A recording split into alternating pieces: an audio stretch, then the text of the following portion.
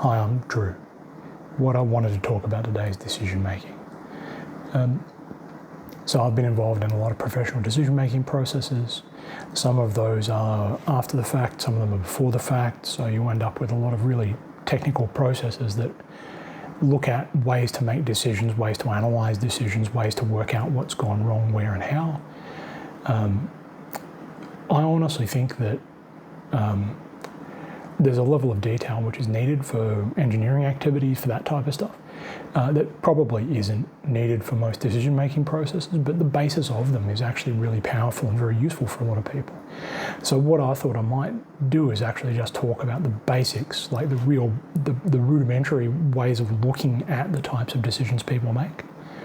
The important part to realise or to recognise in it is actually that so people have sort of three main drivers for the way that they'll tend to make decisions normally without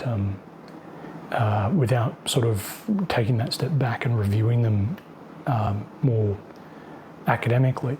What people normally do is either make a decision based on emotion, so where they feel one way about something or another, or what they'll do is they will make a decision based on previous decisions, where what they'll do is repeat the same process, or the third way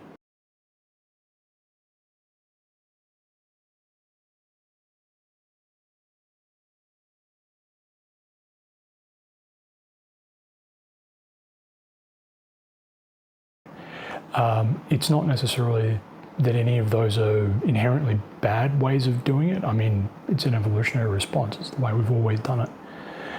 But there are tools to look at the way that those types of things happen now. And the thing that's quite nice is actually being able to take that step back, break it down and understand how you can improve the way that you're doing things.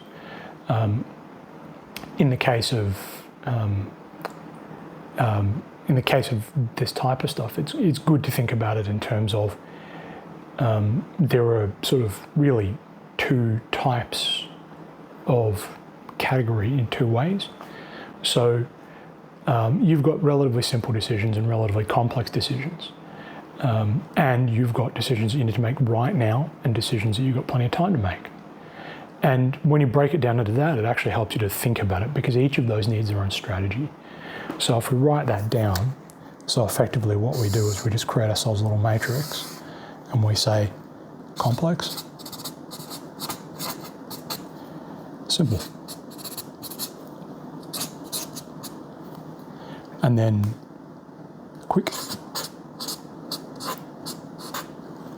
and slow. Now, the reason it's important to break them down and understand them is because you do need different strategies to treat each of those solutions. So to give you examples for something that might be quick and complex, if you're on a burning building, you've got to try and work out what goes on, how you get out, whether or not it's worth fighting the fire, what you do, right? And that's a bit of foreshadowing because ultimately what happens with a burning building is that people make the decision a long time before you actually need to know.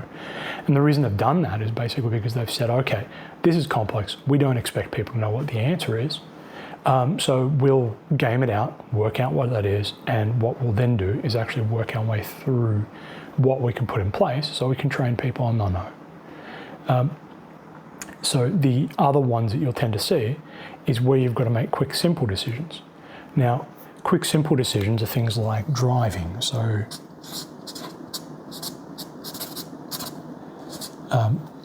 so that's a really good example of something which is quick, but you make a lot of quick, really simple decisions, right? And normally people practice the simple parts of driving or the non-emergency parts all the time. So nobody drives into a curb, nobody, well, people rarely run red lights, things like that, because they're practiced at doing that. But normally when things go wrong, it's when you need to make a quick, simple decision, but one that your life depends on. So in the case of car accidents, one of the things that you'll see quite frequently is people will brake and swerve at the same time. And they'll do that in a way to protect themselves because it's instinctual. And that actually leads to more passengers dying in motor vehicle accidents than drivers, because drivers will instinctively behave to protect themselves. And, again, that's millions of years, thousands, hundreds of thousands of years of evolution has all stacked up to drivers that way. So people flinch to protect themselves, and in the same way they will steer the vehicle away from the threat, and normally that will expose a passenger. In most cases, doing two things is just as bad as doing no things, and that's why things like actually breaking that down and training and practicing it is actually really important. So that's a really good example where what you'd want to do is actually just practice your emergency braking, right? So when you're looking at something like a quick, simple decision here, right, what you can do is you can say, okay, I'm going to practice. And this is something you see everywhere. So when you look at it in industry, you'll see that in driving, but you'll also look at police practicing when they're actually doing things like they'll do practicing arrests, they'll do practicing, escalations, firearm usage, stuff like that. All of that type of stuff is actually different forms of practice for relatively simple decisions, but ones have really big impacts on people. So it's important to make sure you get them right. So you train so that when you need to make that decision, it's one that you've understood and you just tick that box and move on. When you're looking at quick, complex decisions, right, we'll use the fire exit example, something like that. But a lot of the time in engineering, that will be things that are less intuitive. So complex problems occurring inside of a vehicle or inside of a test or something like that, where what you'll get is that when that system breaks down, you need to have a process to actually deal with that. And so there are a lot of really interesting tools, fishbone diagrams, bow ties, and all sorts of root cause methodologies to actually break down both pre and post what happened in these types of scenarios and how you can actually mitigate those. The important part is if you're in a situation where you've got to make a complex decision quickly, it's extraordinarily unlikely that you'll get it right. So the best thing to do in that case is actually to mitigate. So what you do is you solve as little of the problem on the time as possible, and then the next step in the process is basically working out what you can clean up, what you can save, and then after that, coming back and mopping it up with as much of that longer decision time as you've got. That's the only way to really walk out of a quick, complex decision process without creating yourself more problems than you've already got. But, like we've talked about, what we want to do is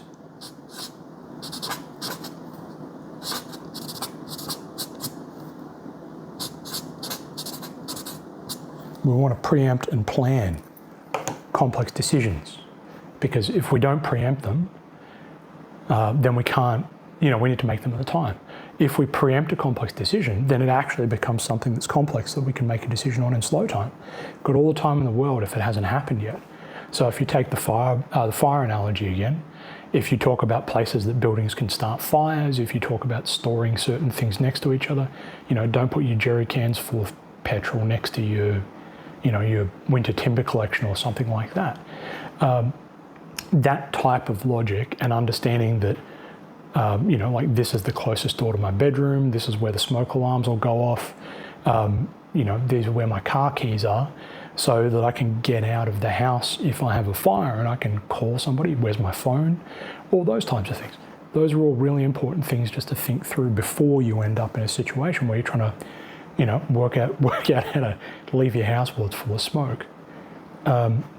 That's a really good example of something which actually would start in this complex quick space, but you can move into this complex slow space. Now, the other one that you'll see a lot is this simple slow space, right? Now, people tend to make a lot of relatively simple, relatively slow decisions. A lot of the time, this is where decision paralysis comes from, because you can end up in a situation where the actual decision isn't necessarily particularly critical. what am I having for dinner? What are we doing tomorrow? Whatever. But the thing is that you come up with a few ideas and then become paralyzed. The easy way to solve that is, normally just lists. So, basically strengths and weaknesses, benefits and drawbacks, whatever you want to call it. What you can do is you just write a list. If you're struggling with it, I'm not saying create a process for everything in your life, but if you're not getting a win out of it, if you're struggling to make a decision, then writing a list actually forces you to academically consider what the pros and cons are and how to actually work through that. Now, the final one is the one that I've left to last because I think it's the most interesting, and that's dealing with complex problems in slow time. Now, this is most of the sort of thing that you do as an engineer. This is where people focus most of the effort. And a lot of it is actually that predicted stuff for complex, quick problems, so to speak. So working out what you do when there's an emergency, working out what you do when something goes wrong. All of those types of things are done here. And so this is where in engineering you see things like, failure mode effect analysis or failure mode effect criticality analysis. In addition to FMECA or FMEA, you'll also see things like safety analysis, safety case, take fives. Any of those types of things are really designed to force you into a process space for this. Now, for these types of things, this is the sort of stuff that I want to explore in a bit more detail. The reason for that is because that's where I think that, there's a lot of talk in engineering about these tools, but there's not necessarily a lot of talk anywhere else. And so what I want to talk about is effectively developing an understanding of what your actual requirements are.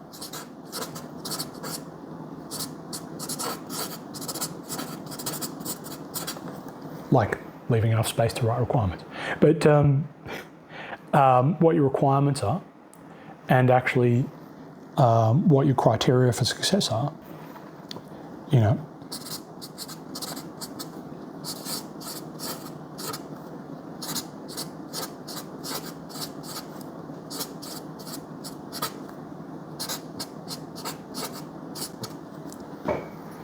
So basically requirements and what success looks like are the two most important things to understand. Now, one of the problems that you'll see is a lot of the time people pre-solve problems. So when you talk to somebody about a problem, you'll see them pre-solve it as a part of the process of explaining what the problem is. A lot of the time people talk about things like buying cars. What you'll see is that people will make emotional decisions or habit-based decisions about cars a lot of the time, or make a decision based on peer pressure. All my friends have Fords, everybody hates Holdens, vice versa. I've always owned a Mazda, so I'm going to buy another Mazda. Any of that type of stuff. The person who talked to me about this particular car seemed really nice, so I'm going to buy the car from them. All of those types of process are things that very frequently come up. They're not necessarily wrong.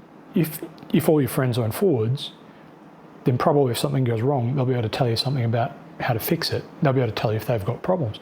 It's not a bad thing, but it should be a factor, not a basis for the decision.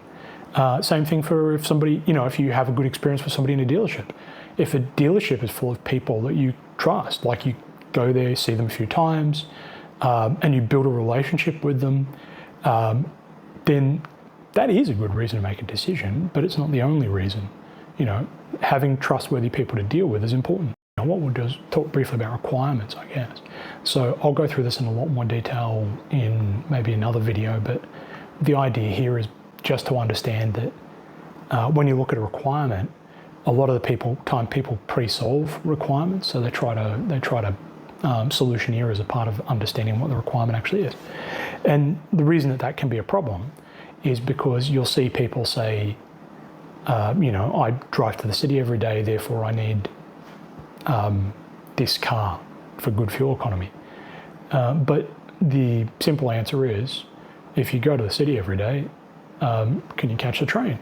Can you catch an Uber? Can you do this? Can you do that? Working out what you actually want is probably is the most important part of the decision, honestly.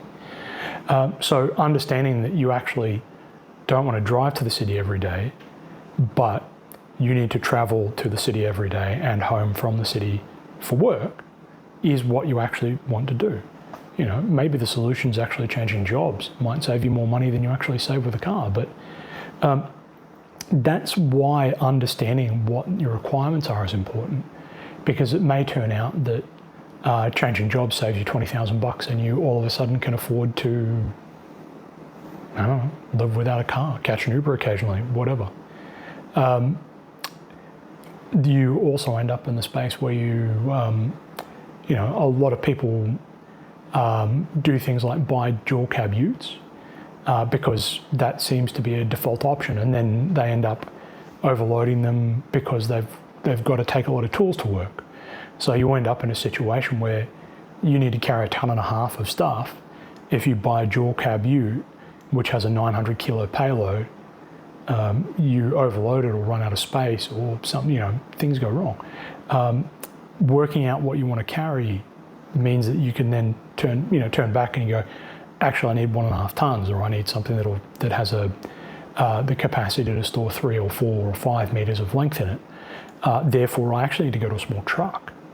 You know, I like taking my friends' kids home from the school so that they can play with my kids or something like that. And in that case, maybe I want a people mover with 7 seats. All of those things basically can boil down so you can develop a use case and a requirement set for what you want. Now, the reason I'm using the example of cars is because I think that's a really good example of somewhere where people put a surprisingly small amount of effort considering the seriousness of the decision. Normally when you buy a car, you spend over half a year's salary at least. And when you think about it from the point of view of what am I planning to do with my next 6 months, the answer is pay for a car when you're buying a car. So it's worth spending a Sunday afternoon and working out what you really want. Now, the second part of that is actually how to break it down when you've got all of your answers and actually work it out. So there's an engineer who I've worked with, Sahan, did a really nice job of developing a decision matrix table, which I actually really enjoyed working with on that. What he did was actually build a really nice, basically just said, here are everything that I consider at a high priority. So I think it was 7, 8 items. And then what he did was basically proposed a range of solutions. And that's the other important thing, is basically look at all of the solutions. So he proposed a range of solutions, said we have 6 or 7 different solutions, and then created a matrix where it was yes, no, and then realized that there wasn't enough fidelity in that, and so he actually created a weighting scale for it. Now, you don't necessarily have to go that far, but getting into that detail basically gives you the opportunity to say, I want to know more about this, I want to know less about this, I can stop here, I can go on. And so the idea is that as you build out, you can actually work out what does mean more to you. Thanks very much for your time, and if you've got any questions or anything like that, leave them down below.